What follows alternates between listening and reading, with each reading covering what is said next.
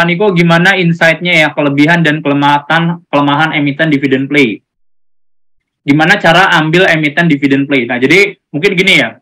Nah, emiten dividend play itu harus agak hati-hatinya kan gini ya. Biasanya kan beberapa emiten yang ibaratnya bagi dividennya lumayan gede. Itu kan kayak contohnya adalah kalau misalnya perusahaan-perusahaan batubara tuh pasti gede-gede sih. Kayak contohnya PTBA, Adaro, ITMG, itu pasti lumayan gede. Nah, cuman gini sih sebenarnya. Kalau company-nya ibaratnya tuh kayak apa ya, secara prospeknya nggak terlalu bagus, cuman misalnya mereka bagiin emiten yang lumayan gede, itu pasti akan translasi ibaratnya kayak share price-nya naik, dan prospeknya nggak terlalu bagus gitu ya. Cuman karena, mereka bakal bagi dividen nih, demand tuh pasti bakal tinggi banget, share price tuh bakal naik signifikan.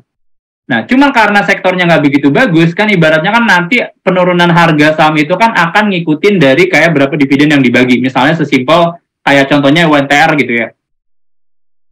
Bagi dividennya 6.000, harga 30.000, nanti harga akan menyesuaikan. Karena ibaratnya ada market value yang hilang di situ kan. Nah, cuman kalau misalnya emitennya itu lagi bagus, ya misalnya kalau, mungkin gambarnya gini ya, jadi kalau misalnya emitennya itu lagi jelek, prospeknya nggak terlalu bagus, cuman ibaratnya mereka kayak trennya lagi positif gitu ya, karena ibaratnya orang ngarepin dividen, nanti setelah pen-exit, itu tuh turunnya bisa lebih dalam dari itu. Jadi ibaratnya mereka turunnya kayak contohnya WNTR misalnya jelek, turunnya bisa lebih dari 6.000 gitu, karena prospeknya nggak terlalu bagus. Nah, jadi itu sih. Nah, jadi yang sebenarnya sarannya buat orang-orang yang kayak pengen ambil di emiten dividend play gitu ya, ambillah company yang ibaratnya secara sektornya sama fundamentalnya bagus. Jadi kalau misalnya sektornya bagus, fundamentalnya bagus, akan translasinya positif. Kayak contohnya, kita ngambil batu bara misalnya kayak contohnya di tahun lalu gitu ya. Ibaratnya kayak sektornya lagi seksi banget.